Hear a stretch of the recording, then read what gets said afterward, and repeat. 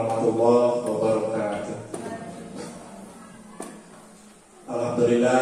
Alhamdulillahilladzi hadana li hada wa ma kunna linahtadiya laula an hadanallah. Asyhadu an la ilaha illallah wa asyhadu anna Muhammadan abduhu wa rasuluh. Allahumma shalli ala sayyidina Muhammad wa ala ali sayyidina Muhammad.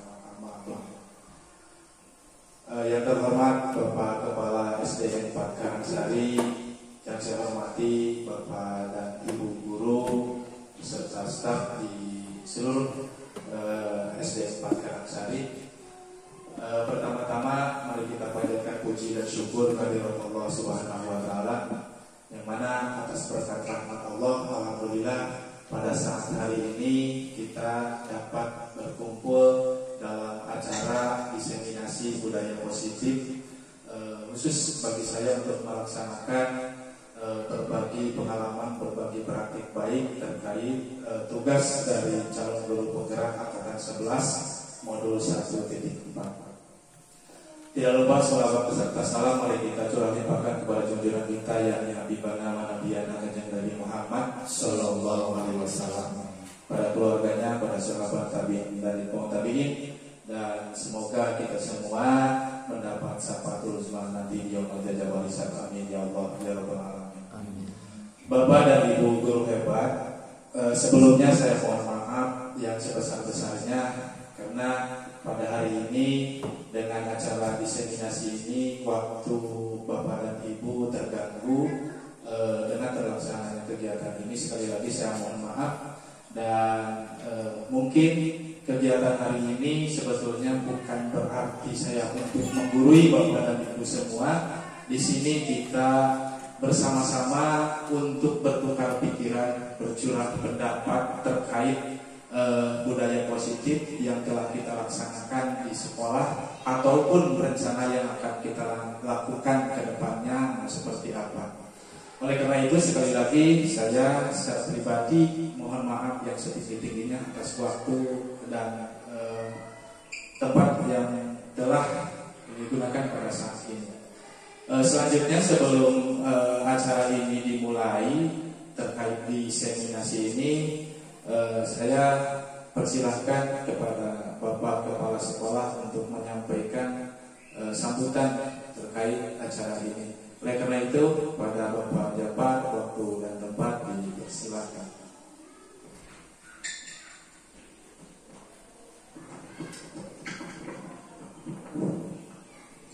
Bismillahirrahmanirrahim. Assalamualaikum warahmatullahi wabarakatuh. Bismillah, alhamdulillah, wassalatu wassalamu ala rasulillah wa ala alihi washabihi wa wala.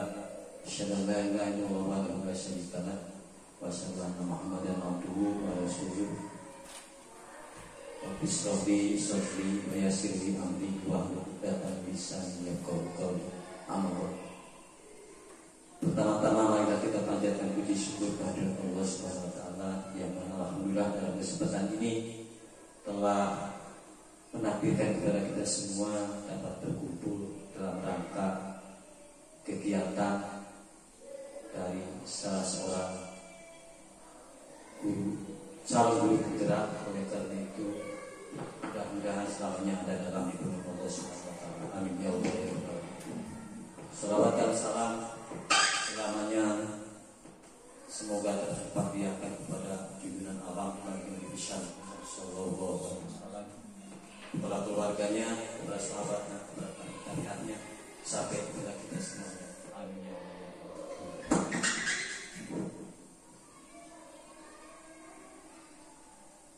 Bapak Subhan sebagai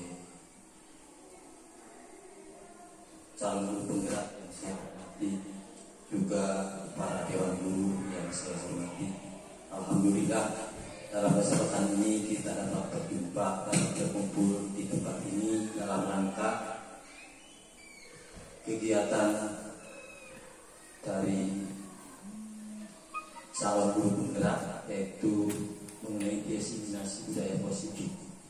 Oleh karena itu, dari saya sebagai kepala sekolah SDN 4 Karangsari menyambut gembira, dan mudah-mudahan apa yang akan dipaparkan oleh beliau besar manfaatnya, terutama untuk dunia pendidikan ke depan. Oleh karena itu, sekali lagi saya menyambut gembira dan mengucapkan terima kasih. Mudah-mudahan apa yang dipaparkan juga di samping bermanfaat untuk guru-guru yang lain, juga bisa menekankan kualitas sebagai guru-guru dalam Korea. Oleh karena itu, lagi-lagi saya mengucapkan terima kasih. Selanjutnya, saya mohon maaf atas segala kekurangannya. Mudah-mudahan ke depan bisa lebih meningkat lagi. Oleh karena itu, sekali lagi saya ucapkan terima kasih atas partisipasi tersebut. Oleh karena itu, dari saya sebagai kepala sekolah SD Karangsari Pak, ucapkan sekian dan mudah-mudahan apa yang dipaparkan lebih bermanfaat. Assalamualaikum warahmatullahi wabarakatuh.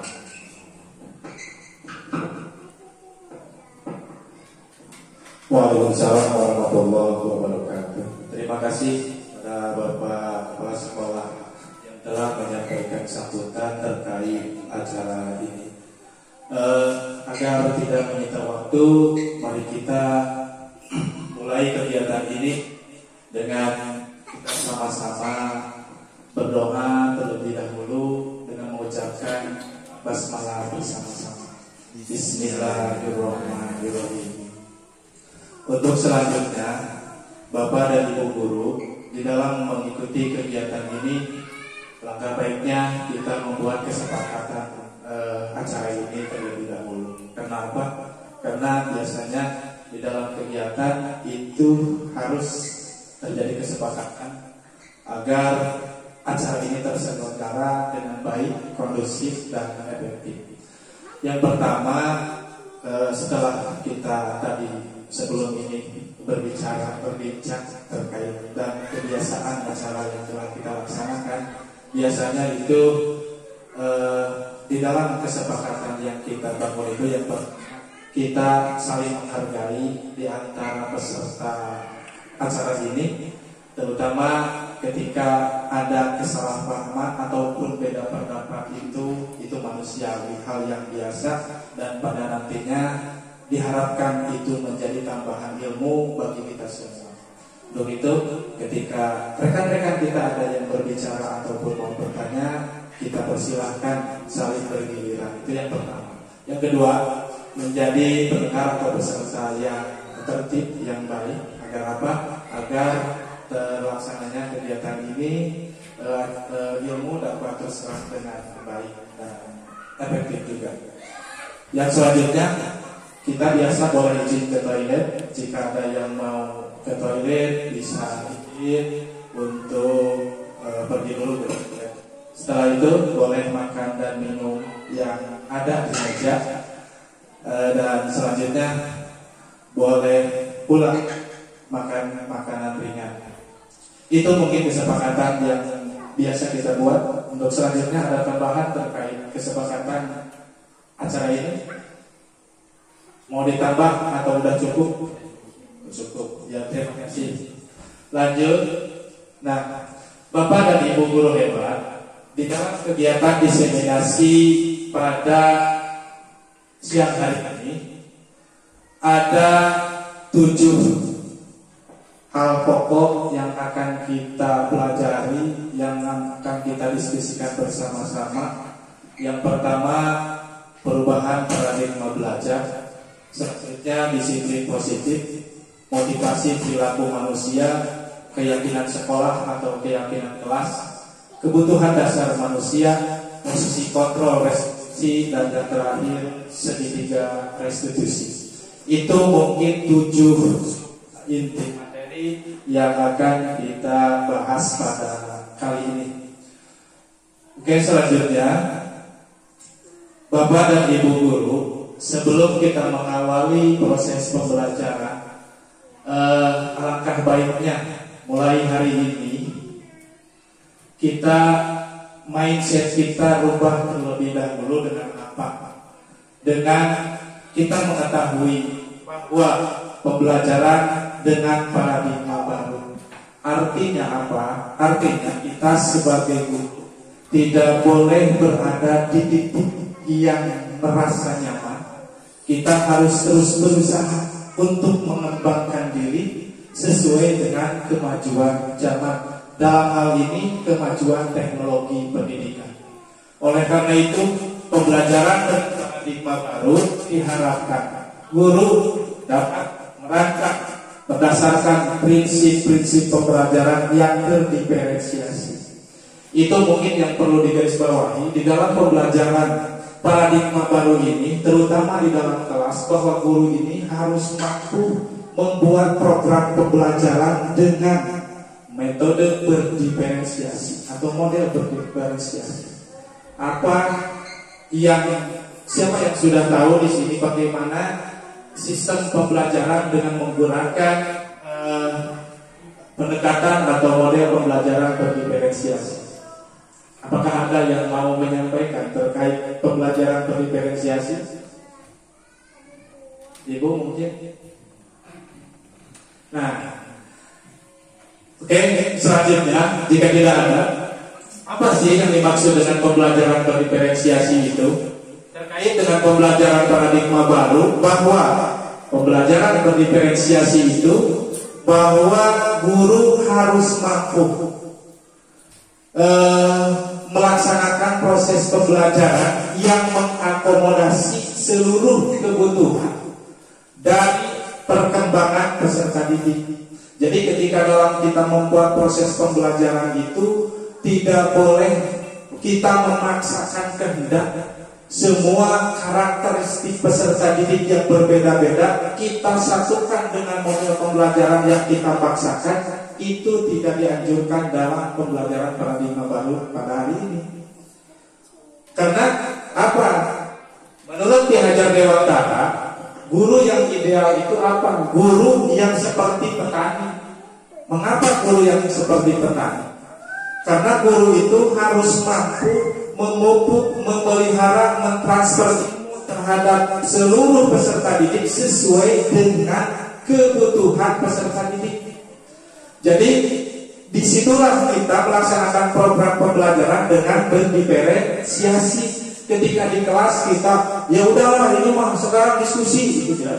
Ya udahlah kita sekarang belajarnya harus membaca semua atau harus ceramah. Karena sekarang kan dulu kita belajar itu suka teacher center. Jadi guru yang menjadi fokus perhatian murid dulu. Sehingga guru terus ceramah sehingga bagi peserta didik akan merasa bosan. Bagaimana dengan gaya belajar peserta didik yang audio visual? Dengan ceramah kan mungkin tidak cocok. Mereka akan merasa jenuh dan mungkin tingkat keberhasilannya mereka akan terhambat. Oleh karena itu sekali lagi, dengan pembelajaran paradigma baru, bahwa kita sebagai guru di zaman abad 21 ini, kita harus mampu mengelola pembelajaran yang mengakomodasi seluruh kebutuhan peserta didik, yang pada akhirnya peserta didik mampu untuk mewujudkan profil pelajar Pancasila. Ini tujuan utamanya. Yang pertama, nanti lulusan di SDN 4 Karangsari, murid itu harus beriman dan bertakwa. Ini selaras dengan visi misi sekolah kita yang telah kita sepakati di awal pelajaran kemarin. Yang kedua, harus berkebinekaan global, berwawasan luas, berpikir luas, dan lain sebagainya. Gotong royong, kreatif, bernalar kritis, serta mandiri. Itu ada 6 elemen dari profil pelajar Pancasila. Mungkin Bapak dan Ibu sudah tahu.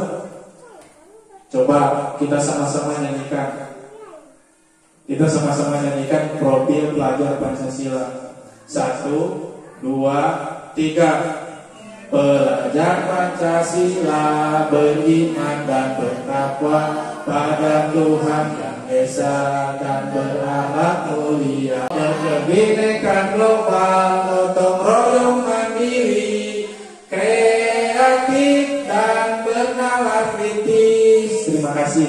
Nah, mungkin itu, mohon maaf tadi kalimat satu Nah, pada akhirnya kita dalam mengelola proses pembelajaran dengan paradigma baru ini, kita sebagai guru harus mampu membuat proses pembelajaran yang mengakomodasi seluruh kebutuhan peserta didik.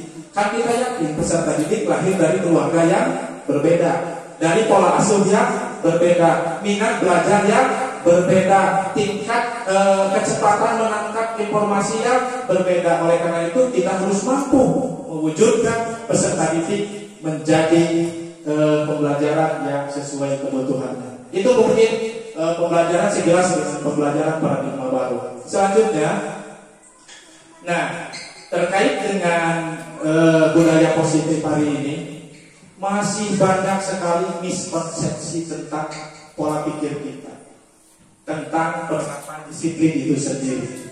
Ini ilustrasi-ilustrasi yang sering kita alami, terutama di dalam pelaksanaan penyelesaian sebuah persoalan atau permasalahan, baik yang terjadi di kelas ataupun terjadi di luar kelas. Yang pertama, ilusi bahwa semua penguatan positif efektif dan bermanfaat. Yang kedua, ini yang sering ada di lingkaran kita sebagai pendidik, ilusi bahwa kritik dan membuat rasa bersalah itu mampu menguatkan karakter. Jadi kan biasa anak disuruh untuk melakukan sesuatu dengan apa? Dengan anak supaya merasa bersalah. Agar apa? Nantinya agar mereka merasa bersalah dan akhirnya memperbaiki diri. Itu ilusi-ilusi yang terjadi miskonsepsi tentang teori kontrol ini. Kemudian yang selanjutnya bahwa orang dewasa berhak memaksa. Nah ini yang banyak terjadi. Guru terutama, masih banyak guru yang melakukan proses pembelajaran di kelas itu dengan model memaksa. Seperti yang tadi dijelaskan di awal, ketika menyampaikan satu pembelajaran, kita tidak menganalisa lebih detail tentang rancangan-rancangan yang kita buat, tetapi kita memaksakan kehendak sesuai dengan pengalaman kita dulu, menyamakan pengalaman di tahun dulu dengan menerapkan di tahun sekarang. Dengan perasaan apa? Guru bicaranya seperti ini. Kemarin kan kita berhasil nih dengan murid yang kemarin. Ya udahlah, sekarang mau berkelompok, berarti dengan kegiatan berkelompok itu murid pasti bisa. Kemudian datang tahun ajaran baru dengan peserta didik baru, dengan karakter yang baru. Sementara kita terapkan lagi pembelajaran yang kemarin. Nah, ketika kita menerapkan proses pembelajaran yang kemarin terhadap anak yang memiliki karakter yang berbeda dengan siswa-siswa yang kemarin, itu dinamakan dengan sama bahwa kita masuk ke kategori dewasa yang memaksa. Itu mungkin sementara sampai di situ. Ada yang mau ditanyakan kepada Ibu? Cukup. Nah kalau cukup terima kasih. Lanjut. Nah sekarang kita ke budaya positif. Apa sih budaya positif itu? Apakah pernah dilaksanakan di sekolah? Apakah sering kita laksanakan di kelas atau di sekolah? Apakah kita selalu? Nah, mari kita saksikan bersama-sama disiplin positif yang pertama. Merupakan suatu cara penerapan disiplin dengan mengajarkan anak supaya bertanggung jawab. Nah, dulu kita menganggap disiplin itu anak harus dipaksa, harus melakukan sesuatu. Agar apa? Agar nantinya terbiasa. Itu masuk ke miskonsepsi yang tadi. Nah, di sini di dalam disiplin positif itu bukan yang seperti itu yang diharapkan, tetapi dengan apa? Dengan cara dan langkah-langkah, dengan tuntunan, dengan contoh yang baik yang disampaikan oleh guru, yang diperlihatkan oleh guru, sehingga pada nantinya anak akan meniru kegiatan-kegiatan dan merasa terbiasa. Kita melakukan kebiasaan-kebiasaan dan menyadarkan peserta didik agar mereka memiliki tanggung jawab bahwa perilaku itu wajib untuk mereka laksanakan, bahwa perilaku itu sangat dibutuhkan untuk kehidupannya baik saat ini dan di masa yang akan datang.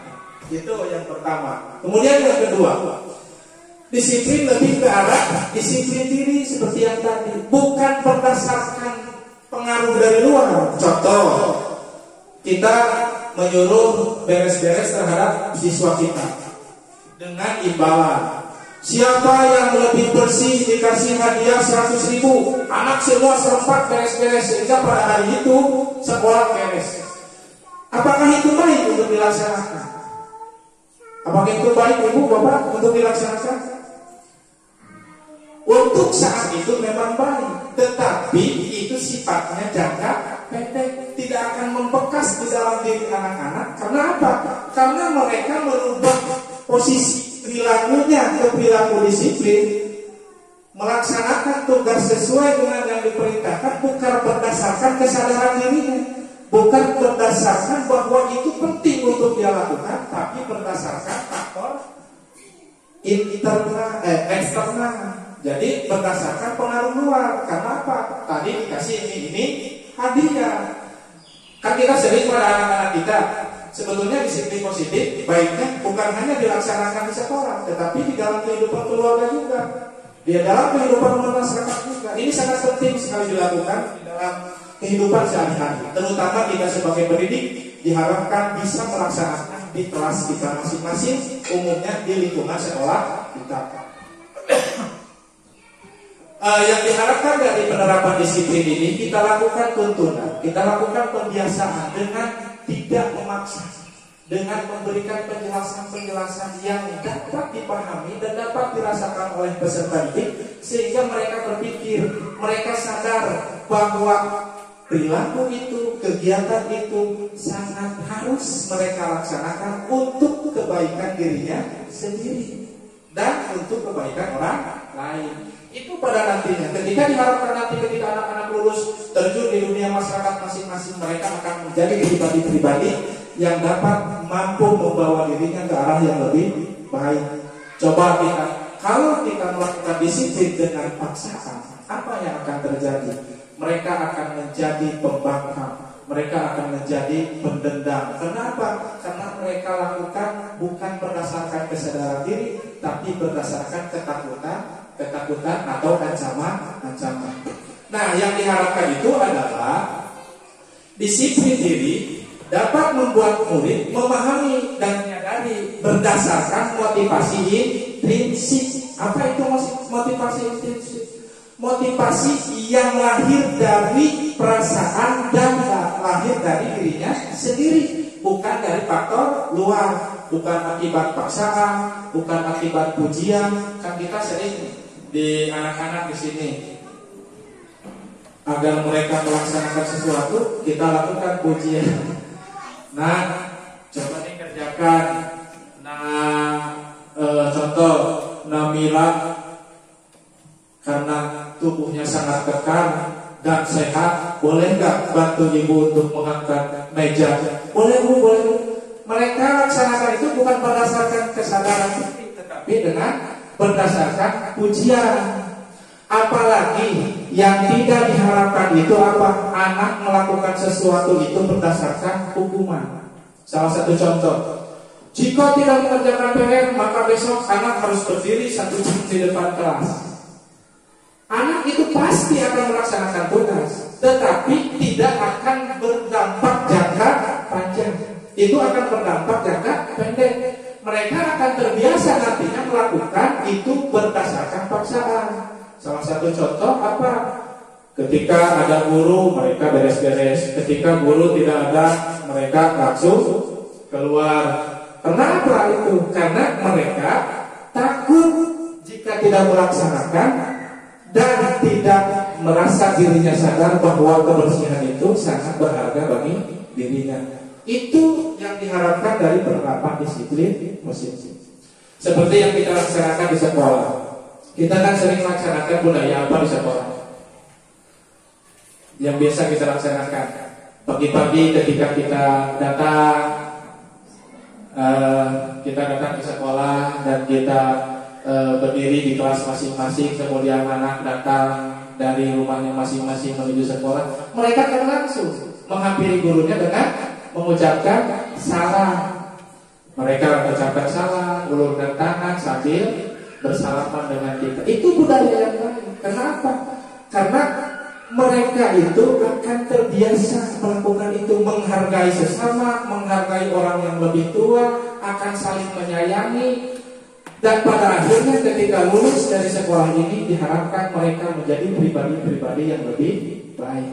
Selain dari bersalaman, mereka juga bersikap seperti apa? Kan kita sering melihat ketika teman-temannya jatuh, mereka ulurkan tangan, ayo naik kita bantu. Itu kan budaya positif, perilaku budaya positif, saling tolong menolong. Selain itu apa? Gotong royong. Mereka membersihkan halaman kelas yang sering kita laksanakan rutin setiap hari Jumat, Jumat bersih. Kita sama-sama, mereka sadar dengan sendirinya. Bukan karena kita paksa tidak melakukan itu akan kita hukum. Itu alhamdulillah telah kita laksanakan, dan kedepannya semoga budaya-budaya positif yang lain yang diharapkan itu dapat kita kembangkan, dapat kita biasakan lagi, dapat kita perbanyak. Agar apa? Agar mereka menggapai sesuai dengan profil pelajar Pancasila. Itu yang utama. Kemudian selanjutnya, nah baik Bapak dan Ibu guru hebat. Selanjutnya kita sebagai guru yang dikatakan guru di zaman abad 21 ini, salah satunya kita harus mampu juga mengetahui motivasi perilaku manusia. Apa sih motivasi perilaku manusia itu? Ada berapa motivasi perilaku manusia itu? Nah, di sini 3 motivasi perilaku manusia seperti yang tadi sudah dijelaskan di awal. Yang pertama, mereka akan melakukan sesuatu itu berdasarkan apa? Berdasarkan paksaan atau hukuman. Perilaku manusia dibagi 3. 1, melaksanakan sesuatu itu berdasarkan hukuman. Mereka melakukan itu berdasarkan takut. Jika tidak ada hukuman, mereka tidak laksanakan.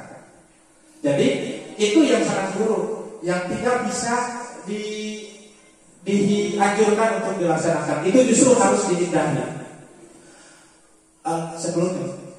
Nah, kemudian yang kedua, motivasi anak-anak terutama atau manusia melakukan sesuatu itu berdasarkan penghargaan atau imbalan.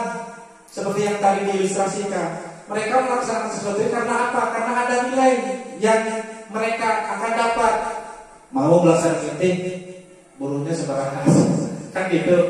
Yang ketiga, nah ini yang ideal, yang patut, yang harus kita biasakan laksanakan di sekolah, terutama di kelas kita masing-masing, bahwa kita harus bangkitkan motivasi peserta didik kita ini dengan menjadi orang yang mereka inginkan, yang menghargai dirinya sendiri.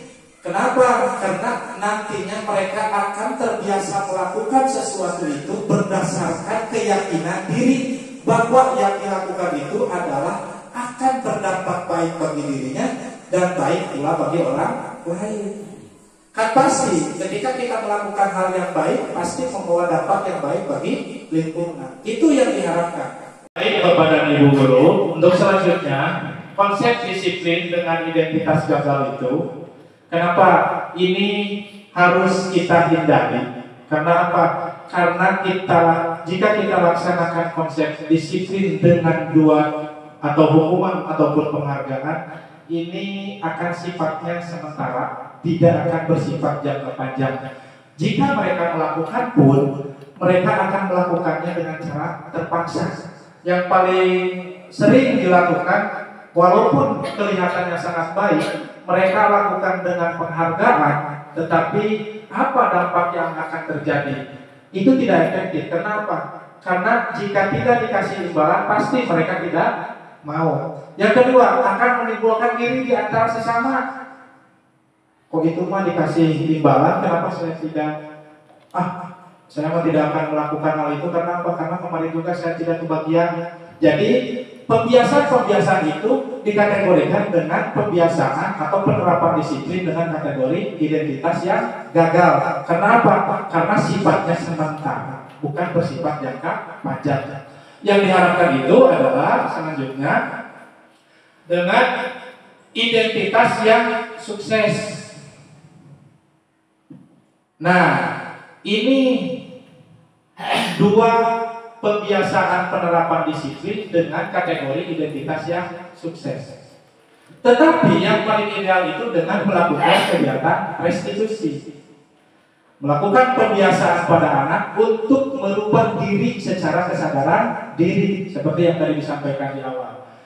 Dengan konsekuensi, memang itu penguatannya jangka pendek, tetapi mereka sadar akan apa yang mereka lakukan itu pasti membawa dampak bagi dirinya. Kita sadarkan mereka bahwa yang mereka lakukan itu ini nih dampaknya. Contoh seperti penerapan perilaku perlu monitoring secara berkelanjutan, kehilangan waktu untuk merenungi kesalahan. Jadi mereka itu jika melakukan kegiatan memang bagus, sifatnya sederhana, tapi sudah berdasarkan kemauan diri sendiri, tetapi masih berasumsi terhadap konsekuensi, bukan berdasarkan kebutuhan. Nah, yang diharapkan ini adalah kita penerapan disiplin itu dengan penerapan restitusi. Apa itu restitusi? Yang pada intinya penerapan disiplin dengan restitusi, mereka melakukan itu dengan kesadaran diri, dengan kemauan diri, dengan mereka meyakini bahwa yang mereka lakukan itu akan berdampak baik bagi dirinya untuk hari ini dan untuk di masa yang akan datang. Nah, itu posisi penerapan disiplin dengan konsep identitas yang sukses. Kemudian selanjutnya, nah seperti yang tadi disampaikan bahwa penerapan dengan disiplin dengan konsep teori restitusi itu kan menciptakan kondisi bagi murid untuk memperbaiki kesalahan mereka. Jika mereka melakukan kesalahan, mereka sadar sendiri atas kesalahan itu dan mereka mampu memperbaiki dengan kesadaran dirinya sendiri. Pada akhirnya mereka diharapkan tidak akan mungkin mengulangi kesalahan-kesalahan yang telah dilaksanakan.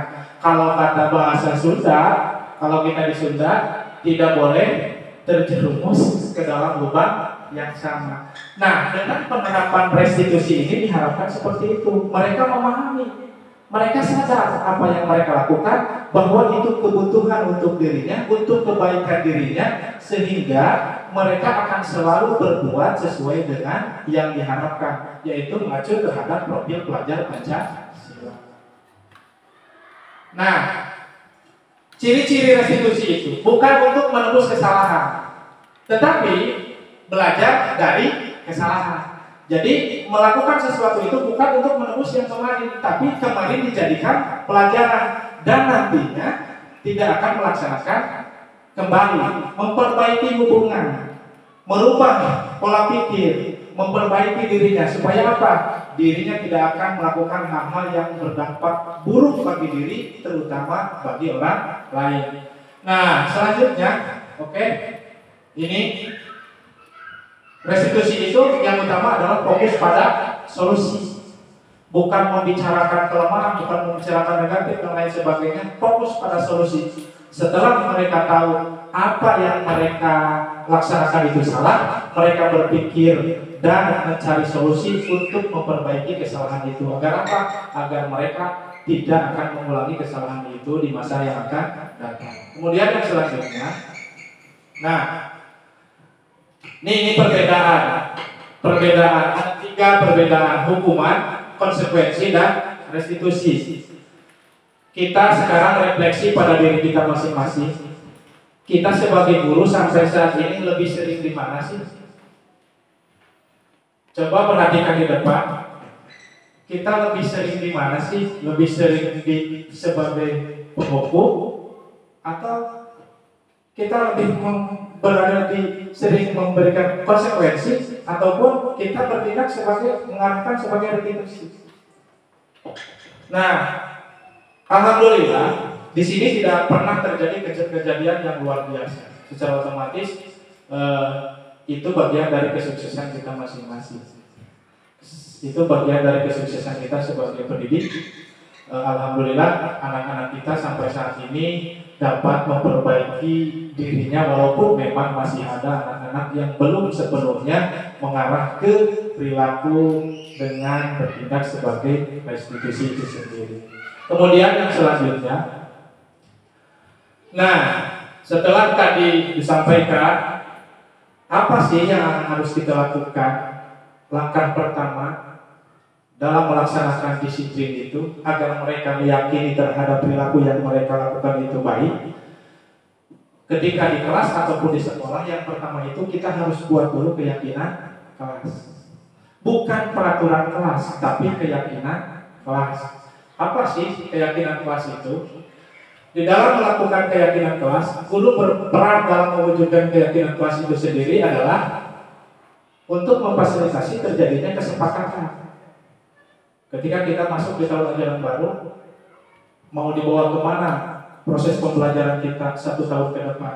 Apa yang akan kita terapkan agar terjadinya pembelajaran kondusif, efektif, efisien? Itu seperti tadi kita laksanakan di awal, kita membuat kesepakatan tentang kegiatan hari ini. Begitupun kita di kelas itu harus membuat keyakinan yang kita buat, yang kita susun bersama-sama dengan anak-anak. Agar apa? Agar mereka sadar bahwa yang mereka harus lakukan itu adalah janji mereka terhadap dirinya sendiri.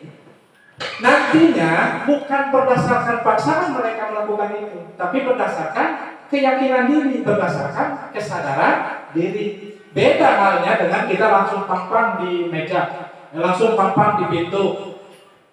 Jangan pakai sepatu ke kelas. Mungkin ada 2 perilaku anak yang akan terjadi.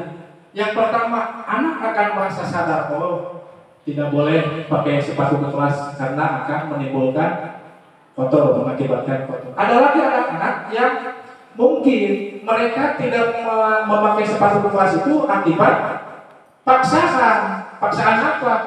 Paksaan karena sudah ada tulisan.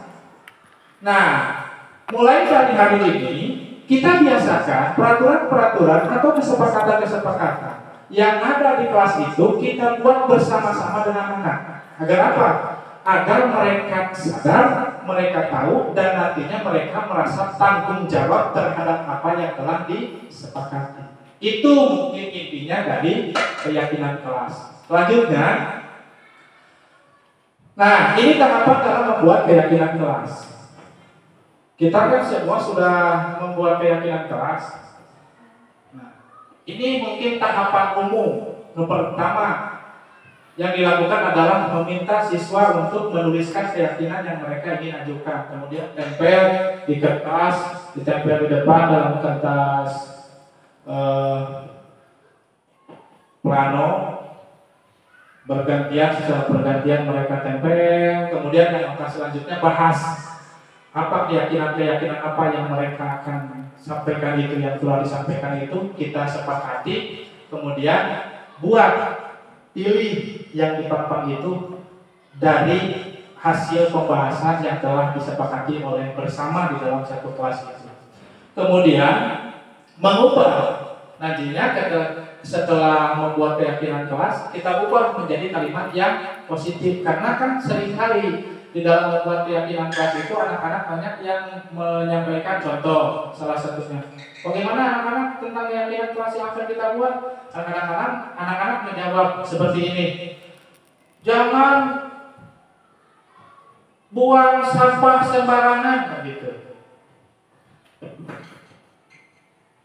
Masuk ke kelas harus pagi-pagi. Nah, kadang-kadang anak-anak seperti itu.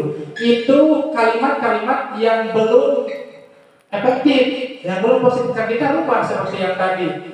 Masuk ke kelas jam 7 atau pagi-pagi. Kan bisa kita lupa di dalam keyakinan kelas itu masuk tepat waktu.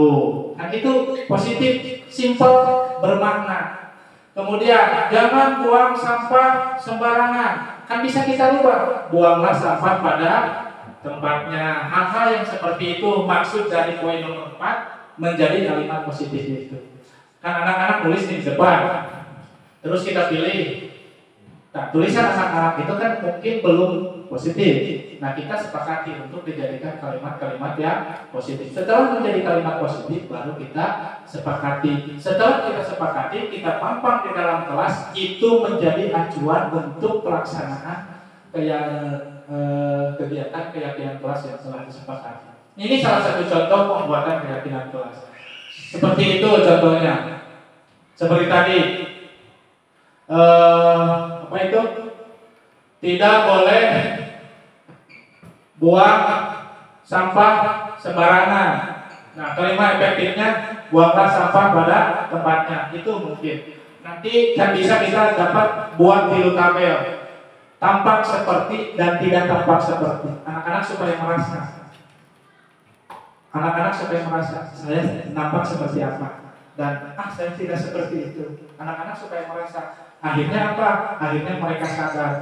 Mereka akan menyadari dalam dirinya sendiri apakah itu layak untuk mereka lakukan ataupun tidak untuk mereka lakukan. Itu mungkin inti dari pembuatan keyakinan kelas. Selanjutnya, nah,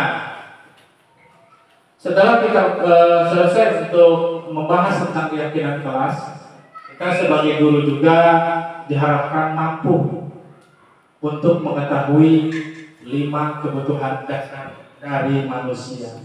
Karena apa? Kalau manusia atau anak-anak salah satu aja tidak terpenuhi dari 5 kebutuhan dasar ini, mereka akan mengalami hambatan atau permasalahan-permasalahan di dalam menjalani hidup. 5 kebutuhan dasar manusia. Yang pertama, mereka butuh untuk bertahan hidup. Kan kita juga sama. Kita butuh untuk bertahan hidup. Kira-kira apa untuk melengkapi manusia itu untuk bertahan hidup? Apa saja? Makanan, minum, tempat tinggal. Kalau disingkat di bahasa Sunda makan sandang, pangan, papan. Bahasa Sunda sandang, pangan, papan. Papan ke tempat tinggal, pangan ke makanan atau minuman, sandang lebih ke pakaian, lebih ke kebutuhan-kebutuhan yang lain. Itu kebutuhan bertahan itu. Kemudian jika lebih jelasnya di slide berikutnya ada penjelasan tentang 5 kebutuhan dasar manusia. Yang pertama, kebutuhan untuk bertahan hidup seperti tadi disampaikan. Yang kedua, berhak untuk disayang ataupun menyayangi. Kurang salah satu aja. Kan mereka akan merasa terasingkan ketika di kelas. Coba anak-anak di kelas, ketika di rumahnya orang tua jarang di rumah, jarang berinteraksi dengan orang tua, merasa kalau membandingkan dengan orang lain kelihatannya dengan orang tuanya sangat dekat. Ketika masuk ke kelas pun mereka juga akan merasa terasingkan. Dan apalagi sikap kita sebagai guru itu sama, tidak melakukan pembelajaran berdiferensiasi, kita tidak bisa menganalisa kebutuhan dasar mereka, maka mereka akan terus menjadi manusia yang mengasingkan diri. Itu yang tidak diharapkan. Kemudian yang selanjutnya, kesenangan. Manusia itu kebutuhan dasar yang ketiga itu kesenangan. Manusia berhak untuk senang. Begitupun di dalam proses pembelajaran. Makanya menurut Kiai Wantara, kita itu bukan untuk memaksa di dalam pembelajaran, tapi untuk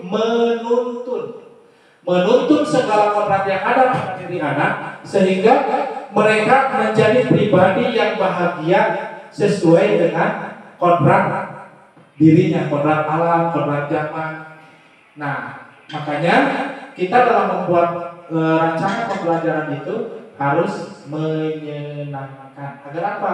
Agar tercukupi kebutuhan dasar dari manusia itu sendiri dan itu sendiri. Yang keempat, mereka perlu kebebasan.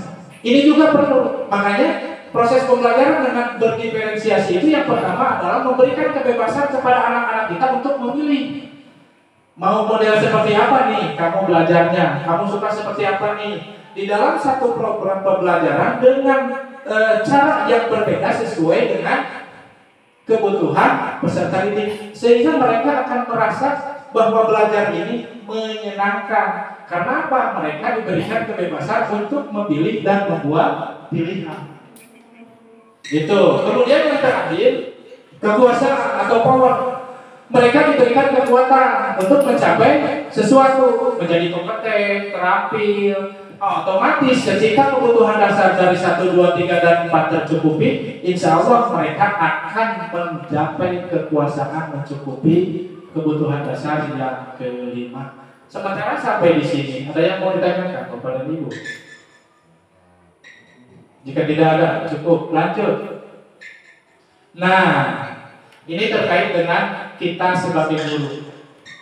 Kita sekarang sambil merefleksi terhadap diri kita selama kita menjadi guru, posisi kita itu sudah di mana sih? Lanjut. Nah, ada 5 posisi kontrol restitusi. Apakah kita itu sering di penghukum? Apakah kita ini sering di pembuat merasa bersalah? Apakah kita ini sering sebagai teman? Dan apakah kita ini sering menjadi pemantau? Dan diharapkan guru pada zaman ini adalah di tempat atau di posisi sebagai manajer. Kemudian yang selanjutnya, nah ini ada 5 posisi kontrol. Yang pertama di posisi penghukum. Posisi penghukum biasa perilaku guru itu menyampaikan kata-kata atau menghardik, menyakiti, menyampaikan ancaman. Contoh seperti yang tadi disampaikan, anak-anak, ini ada tugas. Jika kalian tidak mengerjakan, maka harus berdiri di depan kelas. Nah itu kan anak merasa takut. Karena apa? Guru menyampaikan hukuman. Apakah kita sering seperti itu? Alhamdulillah tidak ya. Udah ditinggalkan di sekolah ini sebagai penghukum itu. Yang kedua, pembuat merasa bersalah. Apakah kita sering mengatakan itu? Pembuat merasa bersalah. Salah satu contoh, kamu seharusnya seperti ini. Karena kamu akibatnya orang lain menjadi seperti ini. Itu perkataan-perkataan yang disampaikan oleh guru sehingga membuat mereka itu merasa bersalah. Itu juga perlu dihindari. Karena apa? Karena mereka akan sulit untuk merefleksi dirinya menjadi posisi netral, memikirkan solusi di masa yang akan datang. Kemudian yang ketiga sebagai teman, ayolah lakukan demi ibu. Ketika kita mengajar anak-anak ngobrol, kita sampaikan anak-anak, cobalah ya demi ibu. Ibu sudah capek.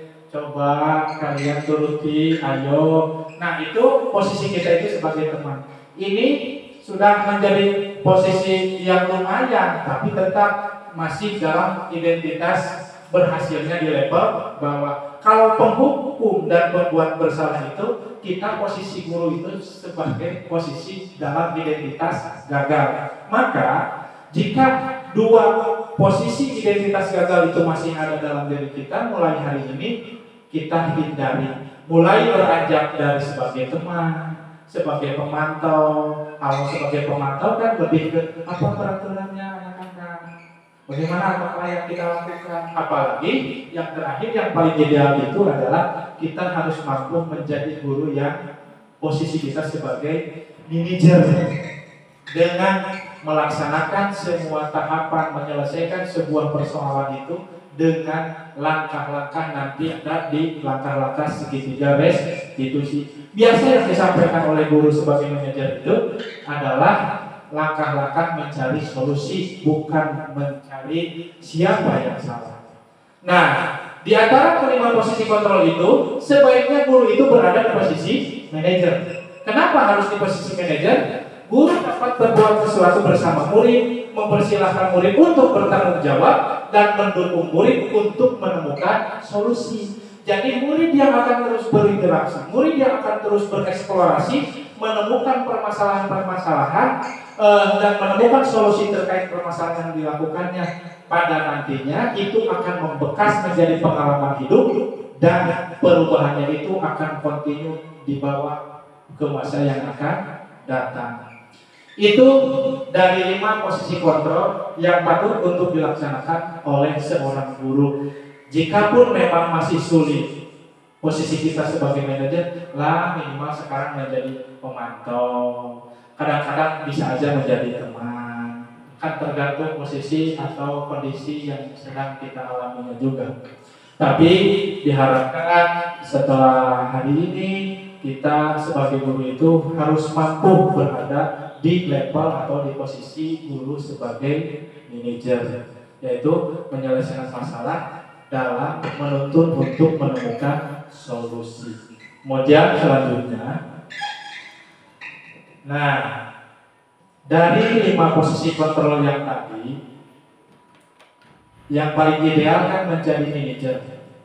Nah, ketika kita menemukan sebuah permasalahan atau sebuah persoalan yang dihadapi oleh anak didik kita, oleh peserta didik kita, ini segitiga restitusi cara yang paling ampuh untuk saat ini yang layak untuk dilaksanakan. Ini sebagai obat. Tahapan dalam melaksanakan segitiga restitusi. Yang pertama, stabilkan identitas. Yang kedua, validasi tindakan yang salah. Dan yang ketiga, menanyakan keyakinan. Apa yang harus dilakukan dari segitiga restitusi ini? Kemudian yang selanjutnya, di slide selanjutnya ada, nah ini menstabilkan identitas itu apa? Menstabilkan identitas itu dilakukan berdasarkan prinsip untuk membuat kesalahan. Membuat kesalahan adalah bagian dari proses pembelajaran. Jadi anggapan mereka bahwa kesalahan itu adalah pengalaman yang dijadikan untuk proses pembelajaran dan diharapkan nanti tidak mengulangi kesalahan yang baru. Apa yang dilakukan di dalam menstabilkan identitas? Apa yang bisa dikatakan guru? Kadang-kadang kan gini, berbuat salah itu hal yang manusiawi, nah. Semua orang pasti berbuat salah, nah. Ibu juga pernah melakukan hal itu dulu, tetapi pada saat ini kita bukan mencari siapa yang salah. Kita di sini untuk sama-sama menemukan solusi. Itu mungkin pernyataan-pernyataan guru yang patut disampaikan ketika menghadapi anak yang menemui atau mendapatkan permasalahan. Berikan semangat, kita pasti bisa, dan lain sebagainya. Itu hal-hal pernyataan-pernyataan yang dilontarkan oleh guru di dalam stabil identitas. Jadi anak posisinya langsung kembali ke netral. Ketika anak itu menghadapi masalah dan dipanggil oleh guru, sementara guru berbicaranya baik seperti itu, kan mereka langsung akan terbuka, akan cerah lah, untuk pola pikirnya akan cerah. Ketika ibu dipanggil, nah sini, kenapa kemarin tidak sekolah? Oh, saya sakit perut pak. Oh, sakit perut, kenapa gak bilang? Jangan, nah itu posisi penghukum itu harus dihindari. Harus dilaksanakan itu dengan posisi sebagai manajer. Yang pertama dilakukan adalah stabil identitas. Kemudian yang selanjutnya, setelah mereka stabil identitasnya, maka yang harus dilakukan itu apa? Validasi tindakan yang salah. Mereka harus tahu. Kan tadi sudah dibuat nih keyakinan kelas. Perasaannya sudah stabil dengan perilaku tadi, menstabilkan identitas. Selanjutnya respon yang dilakukan oleh guru itu apa yang biasa dikatakan oleh guru.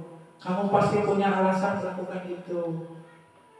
Kira-kira apa keyakinan kelas yang Ananda langgar? Jadi mereka akan memvalidasi kesalahannya oleh sendiri, tidak langsung dikatakan oleh guru, kamu salah ini, kamu harus ini, kamu tidak boleh ini. Itu harus dihindari. Yang harus dikatakan di dalam validasi tindakan yang salah itu, mereka harus menemukan kesalahannya sendiri oleh dirinya sendiri. Nah, setelah mereka posisi ke dalam posisi netral dengan stabil identitas, kemudian mereka sudah menemukan apa yang mereka lakukan itu salah di dalam validasi tindakan. Yang terakhir, tanyakan keyakinan pada mereka. Kira-kira kan kalian itu sudah tahu nih apa yang kalian lakukan itu salah. Kira-kira apa yang akan kalian lakukan ke depan?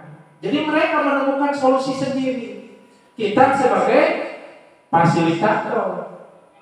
Jadi tahapan segitiga restitusi secara pintasnya adalah yang pertama, kita posisi anak bawa ke posisi stabil netral.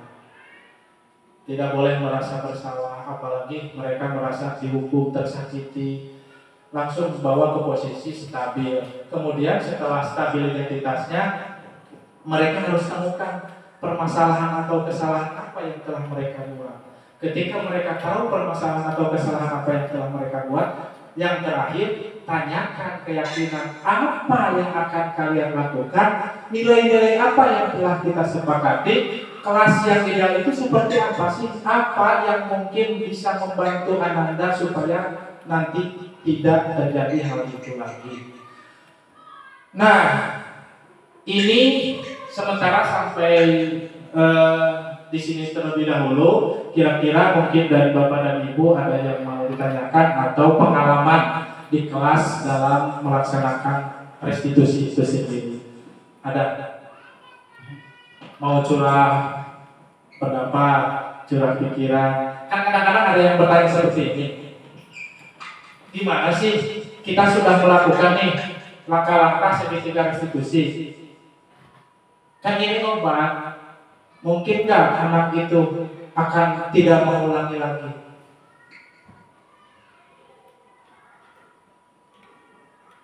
Jawabannya bisa iya, bisa tidak. Seperti kalau diilustrasikan seperti ini.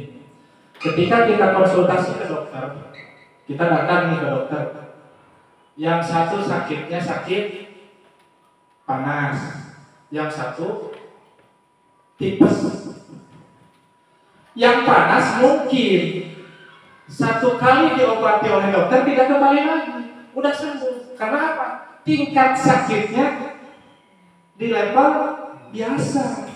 Coba yang tipes, kan otomatis ketika dianalisa oleh dokter di laboratorium, malah di USB ya, di USB dilihat faktor-faktor pendukung lainnya. Ketika sudah terlihat faktor-faktor pendukung yang lainnya, dokter menyebutkan, oh ini mah berarti harus kontrol selama 6 bulan.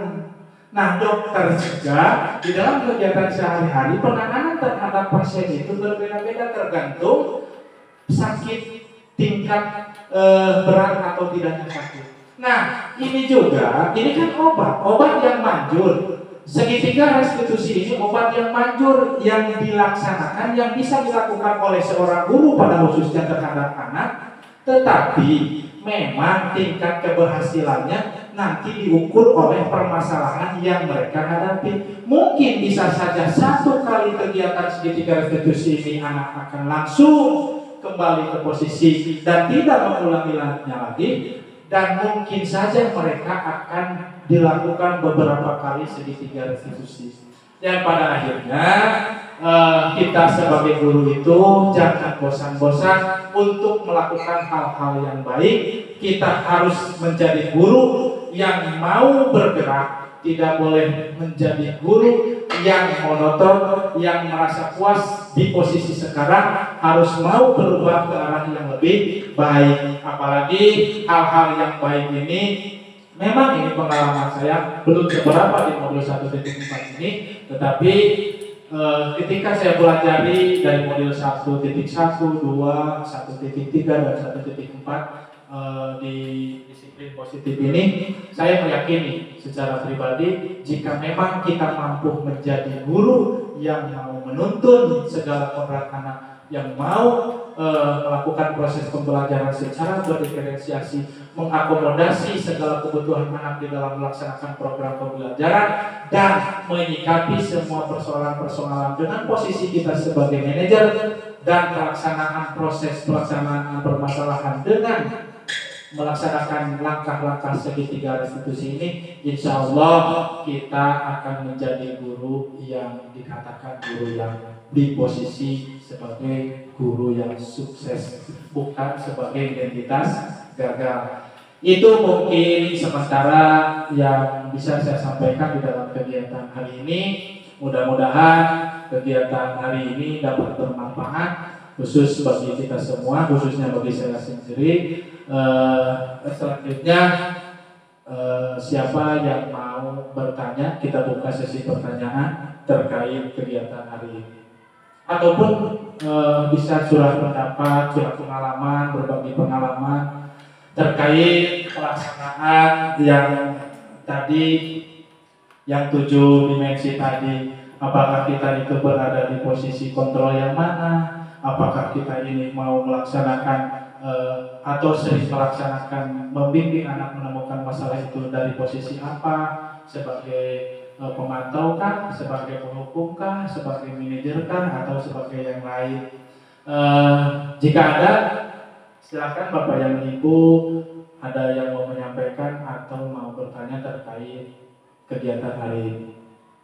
Ada Bu? Udah? Cukup? Cukupnya ngerti atau bingung? Bingung atau gimana? Jawab. Tapi sedikitnya ada gambaran. Ada gambaran, sedikitnya ada gambaran. Kita itu harus menjadi guru yang mau memiliki paradigma baru. Kita harus fleksibel, tidak boleh berdiam di satu level.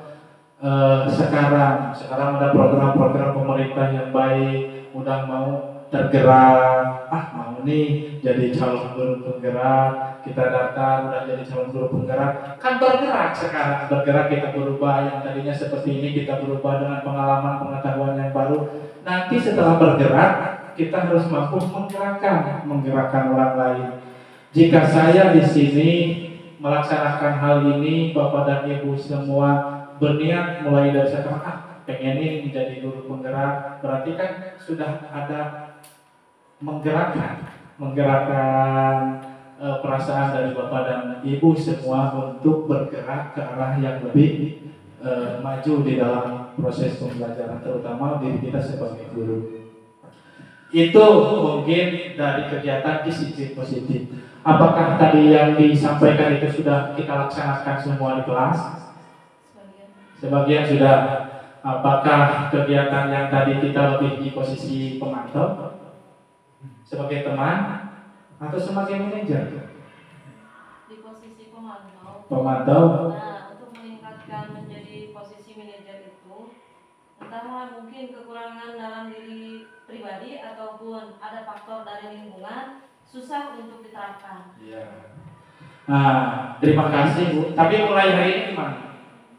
Mulai hari ini masih posisi pemantau. Nah, untuk lebih sebagai gambaran, ini ada langkah-langkah dalam melakukan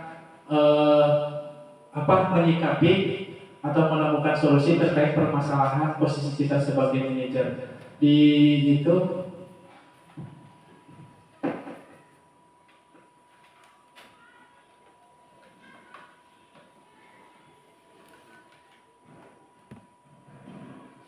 ini salah satu contoh tugas saya untuk melaksanakan posisi sebagai manajer.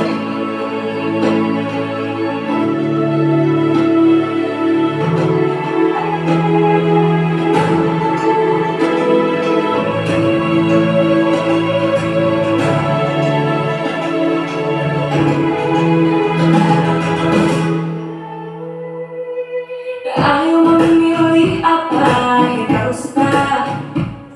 Mereka belajar wujudnya nyata. Raih mimpimu juga cita-cita. Generasi emas Indonesia.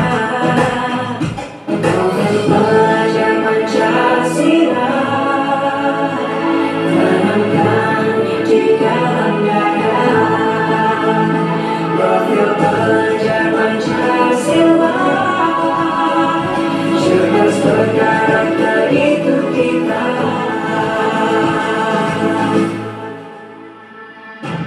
Beriman dan bertakwa pada Tuhan yang Maha Esa. Berakhlak mulia, berkebinekaan.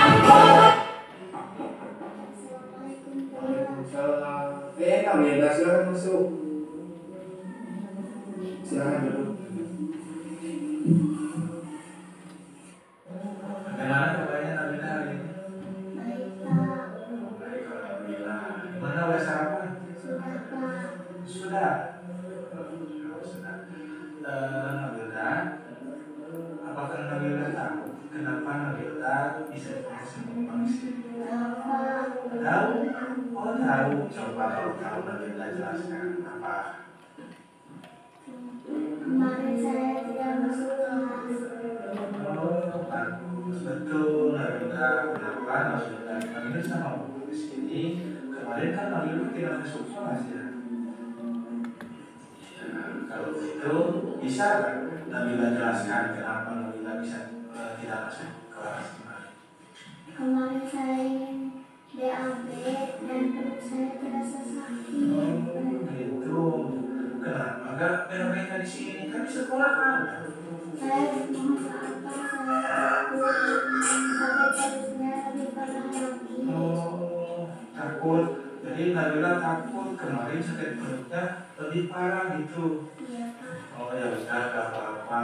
Dulu juga Bapak sewaktu SD sama pernah ngalamin seperti Nabila dengan BHP dan langsung pulang.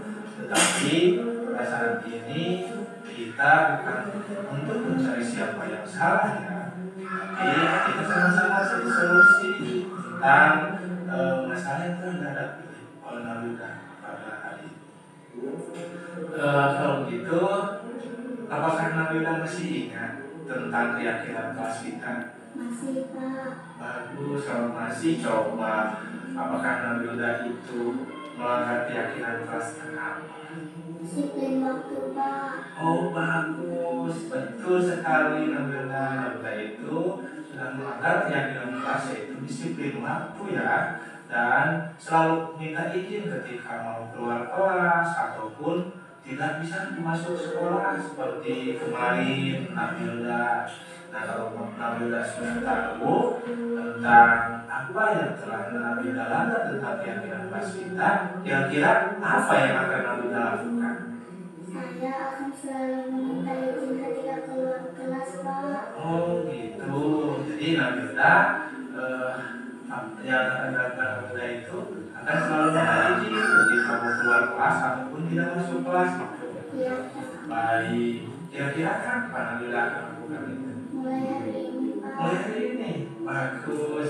Semoga Nabila bisa melakukan apa yang Nabila akan lakukan itu ya.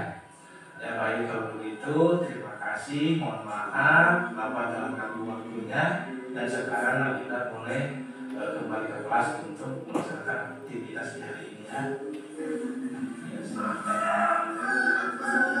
Waalaikumsalam.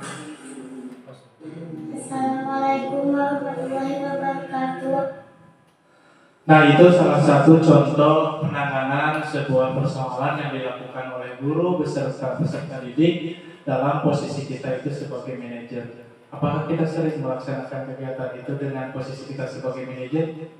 Kan kita bukan hanya di kelas, di keluarga kan kita sebaiknya seperti itu sama anak-anak kita. Jangan kita bentak, jangan kita langsung judge mereka itu. Wah ini salah, ini gara-gara kamu, ini akibatnya yang kamu lakukan. Nah, yang idealnya yang kita lakukan, walaupun memang seringkali kita dalam menyelesaikan masalah itu jauh dari posisi kita sebagai manajer, diharapkan mulai hari ini kita sama-sama berubah dalam melaksanakan proses kehidupan, terutama kita sebagai guru itu di dalam melaksanakan proses pembelajaran itu di posisi sebagai manajer. Itu idealnya yang diharapkan sebagai guru, dan nantinya akan melahirkan peserta didik yang mampu menggapai sesuai dengan tujuan kita, yaitu anak-anak mampu menggapai sesuai dengan profil pelajar Pancasila yang tadi.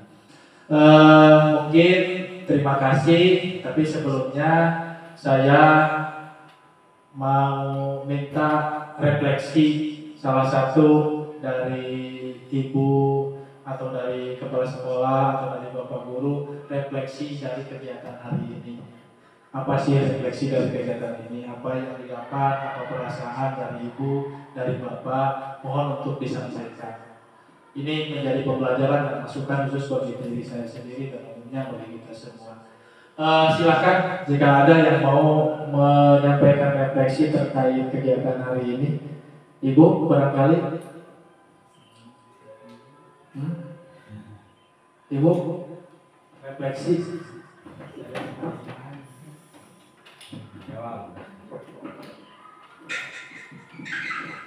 Assalamualaikum warahmatullahi wabarakatuh. Saya akan menyampaikan refleksi dari materi yang telah dipaparkan barusan. Saya merasa senang sekali telah menerima praktik baik dari pemaparan yang barusan. Jadi dapat meningkatkan dan menambah ilmu untuk diterapkan di kelas saya ataupun di lingkungan sekolah SDN 4 Karangsari ini. Yang tadinya kebingungan gitu saya untuk bagaimana menerapkan atau mengubah kebiasaan-kebiasaan saya terhadap siswa. Nah sekarang jadi menambah ilmu untuk bisa menjadikan lebih baik lagi untuk mengubah kebiasaan-kebiasaan yang mungkin belum biasa saya terapkan kepada siswa-siswa di kelas saya ataupun di sekolah SDN 4 Karangsari ini. Mungkin itu Pak yang dapat saya sampaikan. Assalamualaikum warahmatullahi wabarakatuh. Waalaikumsalam warahmatullahi wabarakatuh. Terima kasih. Tepuk tangan buat Ibu. Sekali lagi terima kasih atas refleksinya. Kemudian mungkin dari Bapak Kepala refleksi dari kegiatan hari ini. Alhamdulillah dengan pemaparan materi tersebut, apa yang dipaparkan walaupun sebenarnya di antaranya banyak yang sudah dilaksanakan, tapi di sini alhamdulillah kami dengan para guru sudah mendapatkan solusi di antara bagaimana cara menangani hal yang sudah dipaparkan. Di antaranya bagaimana disiplin positif, bagaimana memotivasi perilaku manusia, juga kebutuhan dasar manusia. Oleh karena itu mudah-mudahan dengan paparan tersebut bisa direalisasikan oleh kami dengan guru-guru, sehingga apa yang dicita-citakan dengan profil Pancasila itu bisa terlaksana. Mudah-mudahan apa yang sudah dipaparkan oleh Pak Subhan tersebut mudah-mudahan bisa diaktualisasikan, direalisasikan dalam pembelajaran ke depan.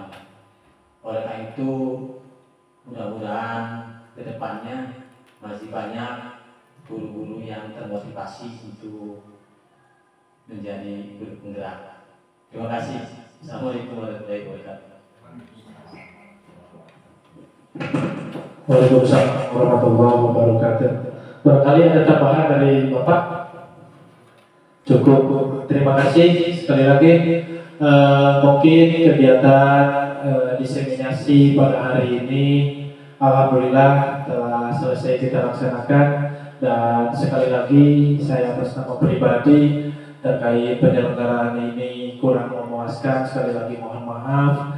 Dan pada intinya dengan dilaksanakannya kegiatan ini sudah mengganggu aktivitas Bapak dan Ibu. Sekali lagi saya mohon maaf yang setinggi-tingginya, dan mudah-mudahan ini menjadi amal baik dan dicatat menjadi nilai kebaikan oleh Allah Subhanahu wa Ta'ala, dan menjadi tabungan nanti ketika kita membutuhkannya di yaumil akhir.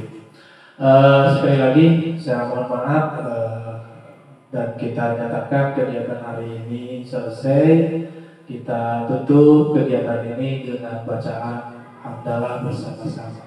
Alhamdulillahirabbil alamin. Billahi taufiq wal hidayah. Assalamualaikum warahmatullahi wabarakatuh.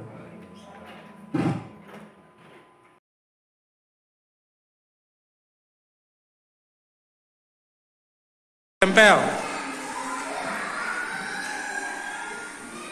Ayo tempel. Ayo silakan. Coba siap. Kalian ajukan kesepakatan kelas yang akan kita buat.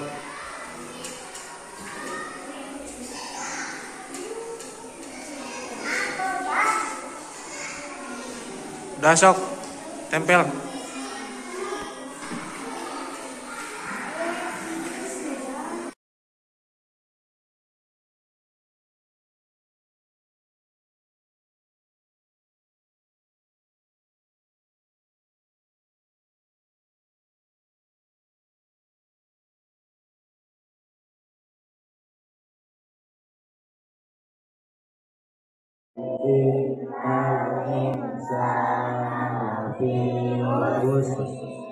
Innal ladzina amanu amilus solihati wa tawasaw bil haqqi